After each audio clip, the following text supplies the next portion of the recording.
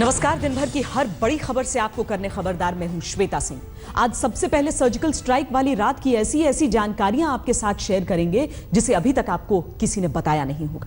भारतीय सेना की पीओके के टेरर कैंपों पर सर्जिकल स्ट्राइक की पूरी इनसाइड स्टोरी आज तक के पास है। भारत सरकार और सेना के भरोसेमंद सूत्रों से आज तक को सर्जिकल स्ट्राइक वाली रात का पूरा सच सिलसिलेवार तरीके से पता है।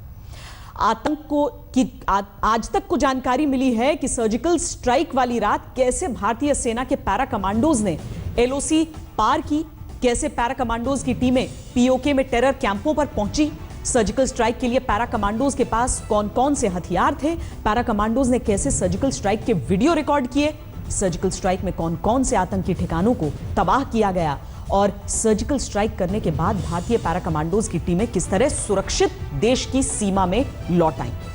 अब हम आपको सर्जिकल स्ट्राइक वाली रात की पल पल की जानकारी देते हैं, जिन्हें जानने के बाद किसी के भी मन में सर्जिकल स्ट्राइक को लेकर कोई शक बाकी नहीं रहेगा।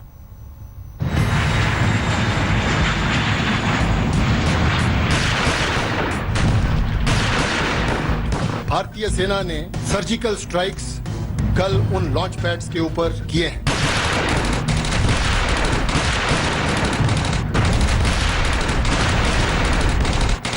पीओके के आतंकी कैंपों पर सर्जिकल स्ट्राइक हुई थी और बिल्कुल परफेक्ट हुई थी। 100% परफेक्ट सर्जिकल स्ट्राइक मुझे लगता है बहुत कम समय पूरे दुनिया ने देखा होगा। हम आपको बताते हैं कि सर्जिकल स्ट्राइक कैसे हुई थी। तैयारी पूरी हो चुकी थी। प्रधानमंत्री मोदी से लेकर सेना प्रमुख दलवीर सुहाग के प्लान को एक्शन में लाना था। जी हां, सर्जिकल स्ट्राइक की उल्टी गिनती शुरू हो चुकी थी। पाकिस्तान में आतंकियों और पीओके में आतंकी कैंपों पर भारतीय कमांडोज का कहर टूटने ही वाला था। वो अमावस से पहले वाली रात थी। एलओसी पर खूब अंधेरा और भारतीय सेना की स्पेशल फोर्स के टारगेट पर पीओके में बने आतंकी कैंप। सर्जिकल स्ट्राइक को अंजाम देने के लिए 30 पैरा कमांडोज को high altitude high opening parachute यानी HAHO पैराशूट्स के जरिए पीओके के अंदर उतारा गया।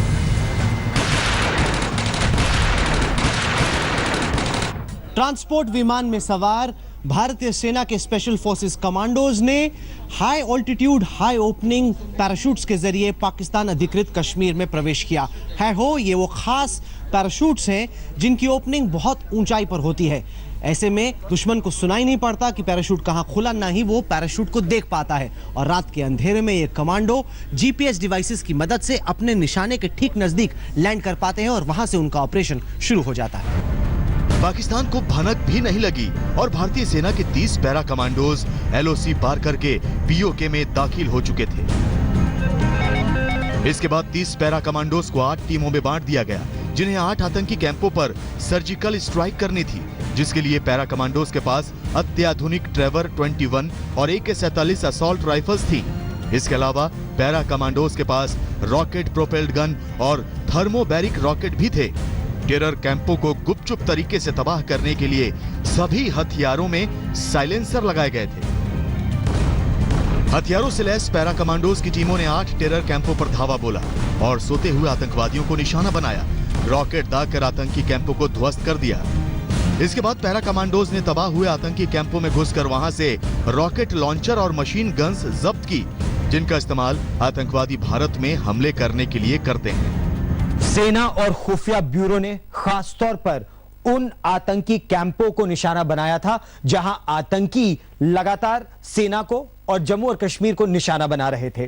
खास तौर पर यहां केल में, मुजफ्फराबाद के पास और बिम्बर तक कुल मिलाकर 8 कैंपों पर हमारे घातक कमांडो और स्पेशल फोर्सेस ने हमला किया। रातों रात इस सर्जिकल स्ट्राइक को अंजाम दिया गया और 250 किलोमीटर लंबे इस इलाके में दुश्मन को पता ही नहीं चला कब सेना आई, हमला किया। जब तक दुश्मन जाग पाता, सेना सकुशल वापस लौट चुकी थी। आज तक को मिली पुख्ता जानकारी के मुताबिक इस पूरी सर्जिकल स्ट्राइक का वीडियो शूट किया गया है। पैरा कमांडोज ने कैमरा माउंटेड हेलमेट्स पहने हुए थे। UAVs के जरिए भी सर्जिकल स्ट्राइक के वीडियो बनाए गए। इसके अलावा इसरो ने पूरे ऑपरेशन का सैटेलाइट वीडियो भी रिकॉर्ड किया है। पैरा कमांडोज ने स्टील कैमरों से भी तबाह हुए टेरर कैंपों की तस्वीरें खींची हैं। आतंकी कैंपों पर सर्जिकल स्ट्राइक के बाद पैरा कमांडोज की टीमें सही सलामत एलओसी पार करके लौट आए। इसके लिए रात करीब 2:30 बजे भारतीय सेना एलओसी पर कई जगह फायरिंग कर रही थी, जिसके जवाब में पाकिस्तान की तरफ से भी फायरिंग होने लगी। भारतीय सेना की ओर से हो रही गोलाबारी से बचने के लिए पाकिस्तानी फौजी बंकरों में छिप गए, जिससे भारतीय पैरा कमांडोज को एलओसी पार करने में आसानी हो गई। पूरी सर्जिकल स्ट्राइक के दौरान स्पेशल फोर्स का सिर्फ एक कमांडो घायल हुआ, वो भी उस वक्त जब लौटते समय भारतीय कमांडो का पैर बारूदी सुरंग पर पड़ गया। इंडियन आर्मी के मुताबिक ये एक परफेक्ट सर्जिकल स्ट्राइक रही। पीओके में घुसकर आतंक के अड्डों को तबाह करने वाले पैरा कमांडोज सुबह जब अपने बेस पर वापस लौटे, तब तक पाकिस्तान के 50 आतंकी मौत की आगोश में सो चुके थे।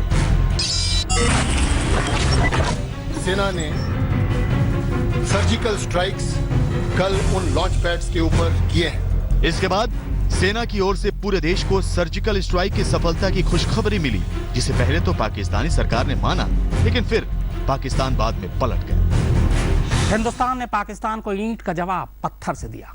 ऑपरेशन के घंटों बाद तक पाकिस्तान को यकीन ही नहीं हो रहा था कि हिंदुस्तान इस तरह उसके घर में घुसकर उस पर हमला करेगा। पाकिस्तान लगभग बेहोशी की हालत में चला गया। अपनी इज्जत बचाने के लिए आखिर में उसे झूठ बोलना पड़ा कि ऐसा कोई सर्जिकल ऑपरेशन हुआ ही नहीं। हालांकि बाद में खुद पाकिस्तान के अपने लोगों ने ही इस ऑपरेशन की बात कबूल की। भारतीय स्पेशल फोर्सेस इस दुनिया की सर्वश्रेष्ठ स्पेशल फोर्सेस में गिनी जाती हैं और इस बात की भी सबूत की जरूरत नहीं होती। राहुल गांधी अक्सर अपने राजनीतिक विरोधियों के खिलाफ बोलकर चले जाते हैं, पीछे कांग्रेसी नेताओं को छोड़ जाते हैं जो अपने उपाध्यक्ष के बयान को सही साबित करने के लिए जी जान से जुट जाते हैं। ताजा मामला सर्जिकल स्ट्राइक पर राहुल गांधी के प्रधानमंत्री मोदी पर दिए बयान से जुड़ा है, जिसमें राहुल गांधी ने प्रधानमंत्री मोदी को जवानों के खून का दलाल कह डाला, जिस पर अब राजनीतिक दंगल शुरू हो गया है। बीजेपी अध्यक्ष अमित शाह ने राहुल गांधी के बयान पर सख्त ऐतराज जताया है, तो वहीं कांग्रेस नेता कपिल सिब्बल अब राहुल गांधी के बयान के रक्षक बनकर निकल आए, जिसके बारे में हम आपको बताएं। उससे पहले राहुल गांधी के बयान को आप एक बार फिर सुन लीजिए ताकि आपको पूरी पिक्चर क्लियर हो जाए। जम्मू कश्मीर में जिन्होंने अपना खून दिया है, जिन्होंने हिंदुस्तान के लिए सर्जिकल स्ट्राइक किया है, उनके खून के पीछे आप छुपे हुए हो, उनकी आप दलाली कर रहे हो। यह बिल्कुल गलत है। हिंदुस्तान के सेना ने हिंदुस्तान का काम किया है, आप अपना काम कीजिए।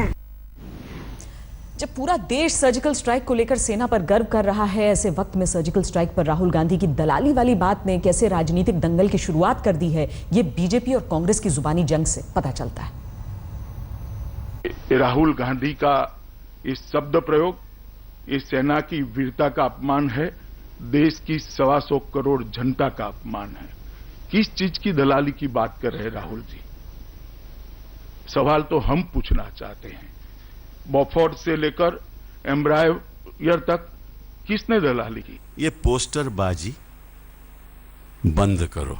सेना की जो कामयाबी है उस पे राजनीति बंद करो। मौत के सौदागर की सीख आज तक नहीं मिली है क्या कि अब खून की दलाली की बात की जा रही है? देश की जनता और भारतीय जनता पार्टी के कार्यकर्ता जो गर्व महसूस करते हैं, उसमें अगर आपको आपत्ति है तो मुझे तो लगता है कहीं मूल में ही खोट है। और जिन्होंने जेल की हवा खाई हो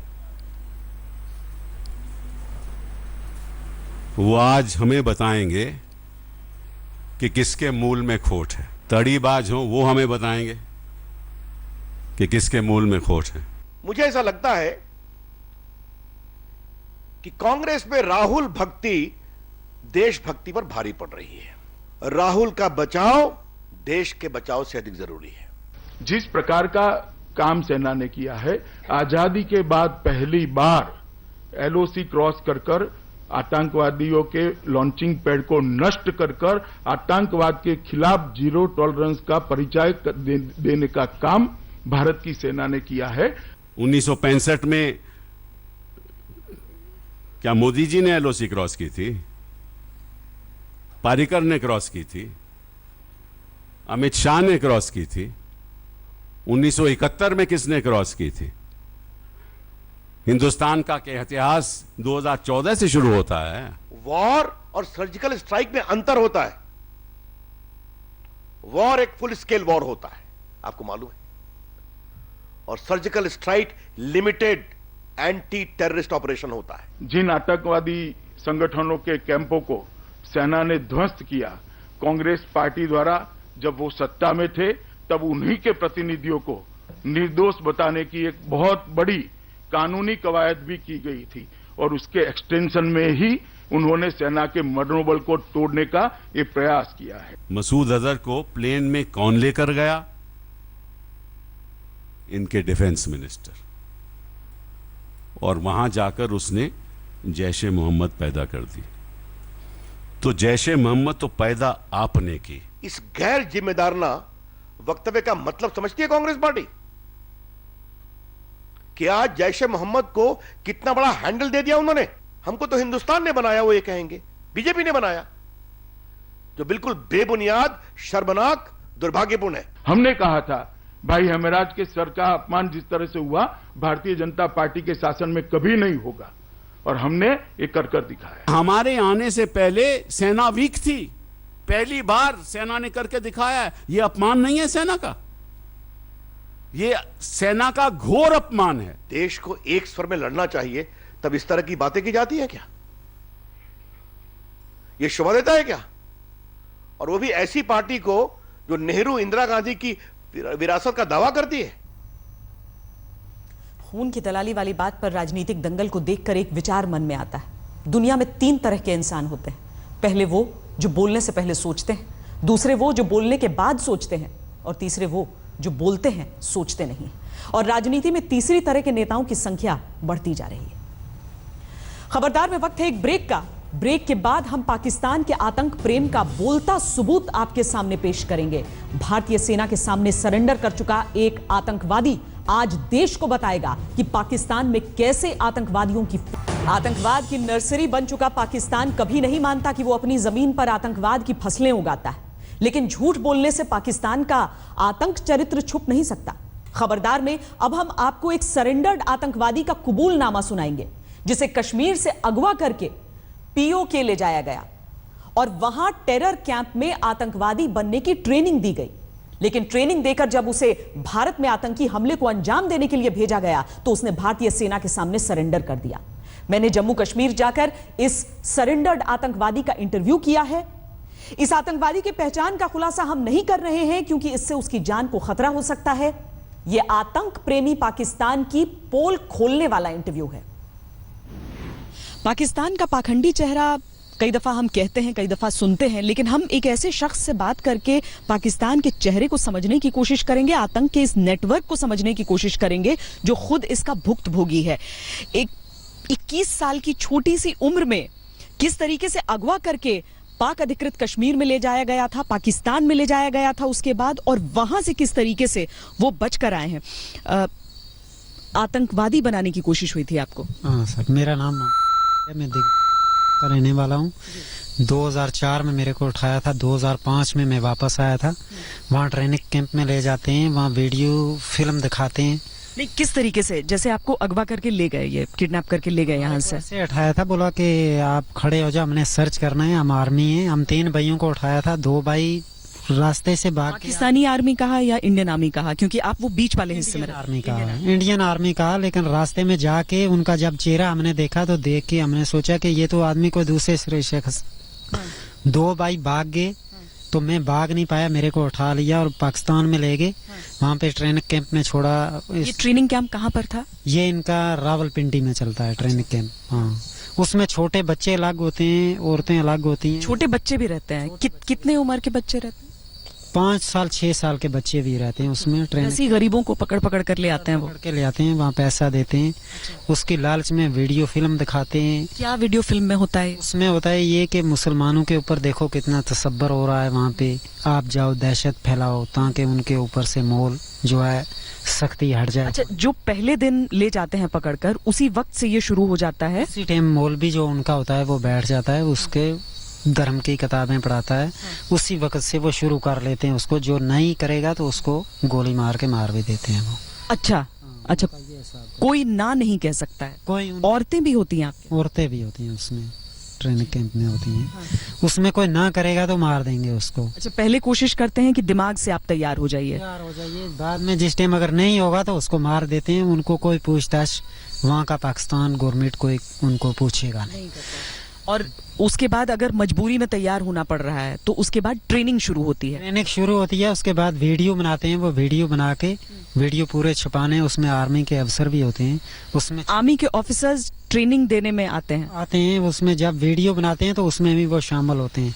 जहाँ लॉन्चिंग रूट देते हैं उस रूट पे उस आर्मी को बताया जाता है अगर कहीं काउंटर हेड काउंटर में फंस जाएगा आदमी तो उसमें वो क्रॉसिंग फायरिंग भी देते हैं। ये भी उनका बचाव होता है। तो जब ट्रेनिंग कैंप में कितने दिनों तक रखा जाता है ट्रेनिंग जो हथियारों से? तो 4 महीने की ट्रेनिंग होती है। जो अगर जल्दी उसको करेंगे तैयार, गुमराह करेंगे तो उसको 1-2 महीने में भी कर देते हैं। अच्छा, हाँ, उसका ये होता है। जिन्हें वो जो सुसाइड बॉम्बर्स बनाने की में उसमें वो देते हैं। लास्ट इनकी 6 महीने ट्रेनिंग होती है। अच्छा, हाँ। फिदाइन वालों को जल्दी वो ट्रेन करके निकाल देते हैं। जल्दी ट्रेन करके लॉन्च करवा देते हैं। जो दिमाग से तैयार हो गया वो फिदाइन हो गया उसके बाद। तो यहाँ पर क्या क्या लालच दिया जाता है कि उसका लालच दिया जाता है? पहले देखो 4 लाख रखा हुआ था। अभी उनने क्या किया हुआ है कि अभी इनका चेंज जो हो गया ब्रिगेड 2 में, और उनने मीटिंग किया आर्मी अफसरों ने और मुजाहिदीन के ने। इन्हें बोला कि पोस्ट पे या छोटे सिटी में जाके हमला करने में कुछ फायदा नहीं है। अभी जब बड़े ब्रिगेड में जाओगे आप 4 लोग मरोगे, 10-20 लोग को मारोगे, तब उसका फायदा है। ये नया इनका प्लानिंग बना हुआ है। जैसे हथियार इनके पास बहुत ज्यादा होते हैं, घर में 1-1, 2-2, 3-3 पड़े रहते हैं पाकिस्तान के पास। ये चाइनीज होते हैं, इसमें पड़े। ट्रेनिंग कैंप के बाद आगे आपको भेजा जाता है क्या सीधा इन्फिल्ट्रेशन के लिए या लॉन्चिंग पैड की तरफ? लॉन्चिंग पैड की तरफ भेजा जाता है। वहाँ AK-47 और ग्रेनेड मिलते हैं, GPS मिलता है। अच्छा, उसके बाद एक गाइड मिल जाता है, खाने पीने का सामान वहीं से मिल जाता है, पैसा मिल जाता है वहाँ से। पहले 6 आदमी का ग्रुप था, अभी 4 आदमी का ग्रुप किया हुआ होता है। 4 आदमी में भी एक गाइड होता है। जब बलसी क्रॉस कर लिया तो गाइड वापस जा सकता है। पाकिस्तान का गाइड होता है? पाकिस्तान का गाइड होता है। फिर आगे इनने इंडिया का गाइड बनाया हुआ होता है। उसको देते हैं 1 लाख रुपया। 1 लाख रुपया देते हैं उसको। जब किसी एडफेशन पे अटैक हो गया तो उसके बाद उसको देते हैं 3,70,000। अच्छा, वो होता है उसका। अच्छा, पहले शुरुआत में 1 लाख और बाद में अटैक होने के बाद 3,70,000 देते हैं। एक पिस्टल देते हैं उसको, एक सेट देते हैं उसको। इंडियन गाइड जो है वो फिर अंदर ले आता है और इंडियन गाइड जो है उसको अंदर ले आता है। तो वहाँ पर क्या करते हैं? क्या वहाँ पर मतलब किस तरह की मारपीट होती है? क्या जैसे वो बहुत कहते हैं, तारीफ करते हैं कि पाकिस्तान ऑक्यूपाइड कश्मीर जो है वहाँ पर बहुत अच्छे हालात हैं और बहुत अच्छे से रखा जाता है लोगों को वहाँ पर, कश्मीरियों को। ये सच है क्या? ये सच्ची बात है। ये सच्ची है, सच नहीं है? नहीं, सच है। तो वो बाकी जो आम लोग हैं उनके साथ भी अच्छा व्यवहार नहीं होता, अच्छे से अच्छा व्यापार नहीं होता उनके साथ। और वहाँ पर हालात कैसे हैं? क्या मतलब रहने के लिए लोग, गरीबी है क्या है? कहते हैं कि बहुत अच्छे पाकिस्तान में। पाकिस्तान में तो गरीबी है। और जो कश्मीर जो कब्जा करके रखा है उन्होंने, वहाँ भी बहुत ज्यादा व्यापार। वहाँ पर पाकिस्तानी सैनिक भी मारपीट करते हैं लोगों के साथ? तो करते हैं इसलिए कि आप बेगुमराह होके जाओ आगे, उसमें तो होता है, उसका पैसा मिलता है। अच्छा, हाँ, जिसके अगर 10 लोग हैं, 10 में से 2 मरेंगे तो 8 लाख उनको मिल गया, तो बाकी वाले बच जाते हैं। उनका ये हिसाब होता है। मजहबी लालच क्या देते हैं? आपने कहा वीडियोस वगैरह दिखाते हैं, मौलवी होते हैं, क्या कुछ कहते हैं वो कि कुछ भी सिखाते हैं ना कि इंडिया में जाओ, देखो मुसलमानों की क्या तबाही बर्बादी हो रही है, उसमें जाके आप उनकी मदद करो। उसकी वजह से जवान लोग, लड़के जो होते हैं, ये तैयार हो जाते हैं, बोले हम मरेंगे तो ये बाकी वाले तो आराम करें। और आप जो हिंदुस्तान में देखते हैं, क्या वाकई ऐसा बुरा होता है या नहीं? हिंदुस्तान में देखो, अगर जो गलत काम करेगा तो उसके साथ तो बुरा व्यापार होगा, जो अगर गलत काम नहीं करेगा तो उसके साथ बुरा व्यापार नहीं होगा। मैं 2004 में जब सिलेंडर किया था, मेरे रिश्तेदारों ने और गाँव वालों ने बोला था अभी तो तेरा जो है पूरा परिवार इंडियन आर्मी ख़त्म कर देगी और एजेंसियां ख़त्म कर देंगी। अभी तक मेरे परिवार के साथ कोई इंडियन आर्मी ने नहीं छेड़ा और दूसरा पुलिस ने भी आज तक नहीं छेड़ा। तो आपको जब वहां से लॉन्च किया गया तो आप दिमाग बना कर आए थे कि मुझे आके सरेंडर कर देना है? मैंने तो यही समझा था वहाँ के इंडिया में अगर डेथ भी हो गई तो लाश तो परिवार वाले ले लेंगे। लेकिन मैंने वहीं से पीछे से किया था कि मैं सिलेंडर हो जाऊंगा। लेकिन उन लोगों को भनक नहीं लगने दी कि मैं क्या सोच? उनको हमने नहीं दिया। उनको कहा कि मैं टेरर फैलाने जा रहा हूँ। हाँ। और आज जब ये सब आप देखते हैं जो कुछ हो रहा है यहाँ पर, जो जिस तरह के इन्फिल्ट्रेशंस हो रहे हैं, और ये बिल्कुल उसी तरीके से वही उसी फॉर्मेशन से हो रहा है ना ये। देखो वहाँ पे वीजे पे लोग आते हैं पाकिस्तान से, घूम के यहाँ पे चले जाते हैं, बीच में तंजीम के लोग होते हैं, वो देख के चले जाते हैं, रास्ता रूट देख के चले जाते हैं। वो वहाँ पे रास्ता और वीडियो नेट के जरिए से अभी जो गवर्नमेंट ने चला लिया, नेट में वीडियो भेज देते हैं उधर, इसलिए मिलिटेंट उनसे आगे ले लेते हैं जो वीजे वाले होते हैं।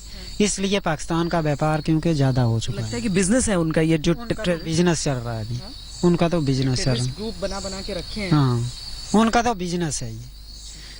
देखो अभी अगर पाकिस्तान में कुछ हो जाएगा, जैसे हमारा उड़ी में हुआ या डिस्ट्रिक्ट पुंछ में हुआ, अगर पाकिस्तान में कोई घाटा होगा तो हमारी इंडियन गवर्नमेंट, इंडिया की गवर्नमेंट जो है उनको मदद देती है, अमेरिका मदद देता है, बाहर के हमारे देश मदद देते हैं। लेकिन अभी मैं ये कहना चाहता हूँ कि अगर हमारे इसमें हुआ, जैसे झारखंड का एक बेचारा गरीब फौजी, उसका परिवार दिखा रहे थे, हमने देखा टीवी में, बच्चे देखे उसके छोटे, जो उसके मकान की झोपड़ी देखी। अगर ऐसा पाकिस्तान से भी तो इंडिया के अफसर मदद मांग के देखें, कभी पाकिस्तान 1 रुपया भी नहीं देगा। ऐसा है पाकिस्तान। तो उसमें जैसे हमारी ब्रांच है, जैसे हमारी एसओजी है, ये आर्मी है, ये ऐसे उनका भी ये तंजीम कैंप जो है ये उनकी ब्रांच है। मतलब जैसे जैश, लश्कर, ये सब उनके ब्रांचेस हैं। ब्रांचें हैं उनकी, ये कोई अलग थोड़ी है उनसे, ये ब्रांचें हैं उनकी। वैसे दिखावे के लिए वो बोलेंगे कि ये अजीब। तो हिंदुस्तान के लिए बहुत ज्यादा नफरत है वहाँ पर। वहाँ पे तो पाकिस्तान में नफरत, वो अपना डेवलपमेंट नहीं करते हैं, सिर्फ हिंदुस्तान को खत्म करते हैं। देखो इंडिया वाला हमारा अगर आदमी कोई चला जाएगा पाकिस्तान में, उसको क्या है कि कब्रिस्तान में वो दफन नहीं करने देते। अच्छा। आपने जो समाधि होती है उसके अंदर उसको दफन नहीं करने देंगे वो। क्यों? चाहे हम मुसलमान भी हो तो उसको दफन नहीं करने देंगे, जो गवर्नमेंट की जगह होगी उसमें डालेंगे। मैंने ये हिंदुस्तानी मुसलमान है इसीलिए। हाँ, ये इसकी वजह से उसको नहीं करने देते। कैरेबियन सागर से उठे मैथ्यू तूफान से हाइती और अमेरिका में तबाही के मंजर नजर आ रहे हैं। मंगलवार को समुद्री तूफान मैथ्यू हाइती के तटों से टकराया, जिसने वहां अब तक कम से कम 339 लोगों की जान ले ली है और लाखों लोग बेघर हो गए हैं। पिछले 10 सालों में कैरेबियन सागर में इतना बड़ा तूफान कभी नहीं आया। हाइती में तूफान मचाने के बाद मैथ्यू अब अमेरिका के फ्लोरिडा तट से टकराया है, जिसके आगे अमेरिका की सारी सुरक्षा तैयारियों पर पानी फिर गया।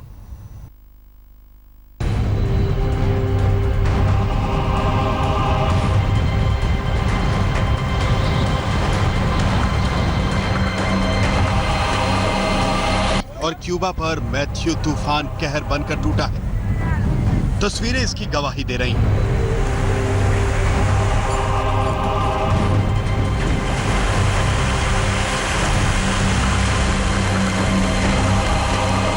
मैथ्यू तूफान मंगलवार को हैती और क्यूबा के तट से टकराया।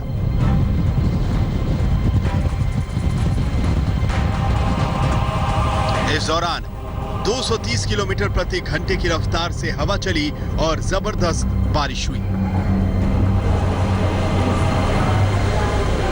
हैती के जेरेमी शहर को तो मैथ्यू तूफान पूरी तरह निगल गया है। यहां 80% मकान ढह चुके हैं।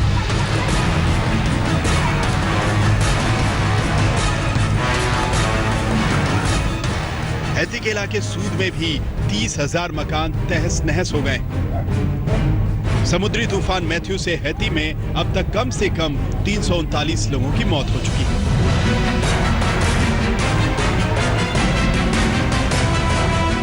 ज्यादातर लोगों की मौत पेड़ गिरने या मलबे में दबने से हुई है।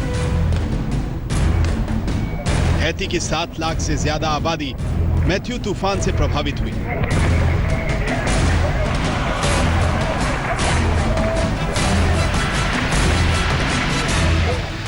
हैती में चारों तरफ अब मलबे का ढेर है। जमींदोज हो चुकी इमारतें, मदद का इंतजार करते लोग हैं और रिलीफ और रेस्क्यू ऑपरेशन में लगे राहत कर्मी। हैती पर टूटा मैथ्यू तूफान कैरेबियाई देशों में पिछले 10 सालों में आया सबसे ताकतवर तूफान है। हैती में मैथ्यू ने ऐसी तबाही मचाई जहां प्रेसिडेंट इलेक्शन भी टाल दिए गए। कैटेगरी 4 के इस मैथ्यू तूफान ने हैती के साथ साथ क्यूबा, बहामास और डोमिनिक रिपब्लिक में भी तबाही मचाई।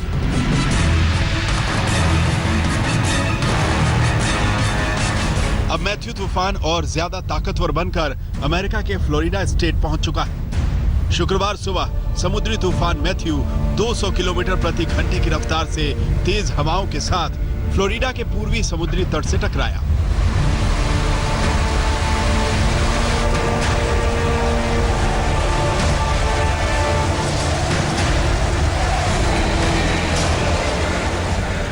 तूफान की ताकत को देखते हुए राष्ट्रपति बराक ओबामा ने फ्लोरिडा, जॉर्जिया और नॉर्थ कैरोलिना में इमरजेंसी की घोषणा कर दी है। अमेरिका में करीब 30 लाख लोगों को अपने घर छोड़कर सुरक्षित जगहों पर पहुंचाया गया।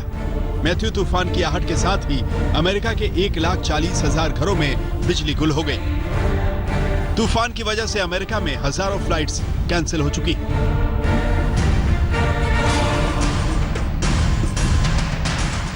अमेरिका की स्पेस एजेंसी नासा ने तूफान की वार्निंग को देखते हुए केप कैनवेरल में स्पेस लॉन्च साइट की सुरक्षा के इंतजाम किए हैं। यूएस एयरफोर्स ने भी अपने विमानों के लिए सिक्योरिटी बढ़ा दी है। मैथ्यू तूफान ने दुनिया के सबसे ताकतवर देश से टक्कर ली है और इसका असर अमेरिका पर साफ साफ दिख रहा है।